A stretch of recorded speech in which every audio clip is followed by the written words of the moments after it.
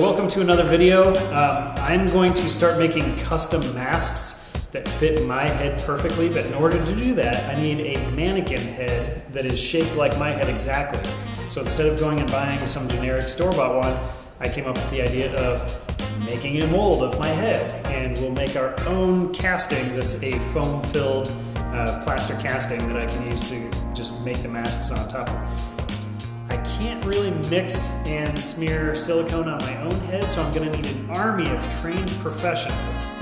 So who did I call? None other than my maker club. A bunch of untrained high school students that have never done anything like this before are going to smear silicone that they've never messed with on my head while I have to sit still for over an hour in a chair and not move and not breathe.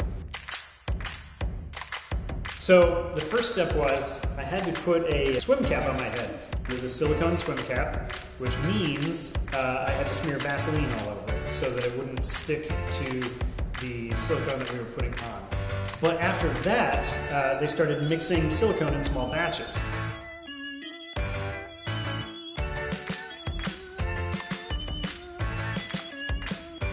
After the silicone was all smeared on and cured, we started putting plaster bandages on.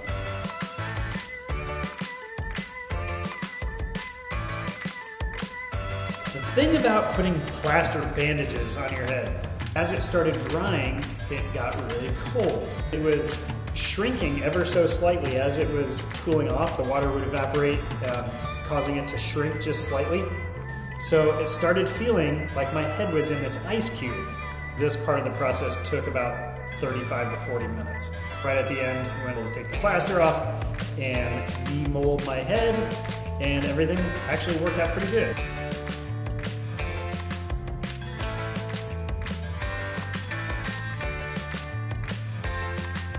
So now I've got this nice, rigid foam head that I'll show you in one of my upcoming videos when I'm making a mask that fits my head.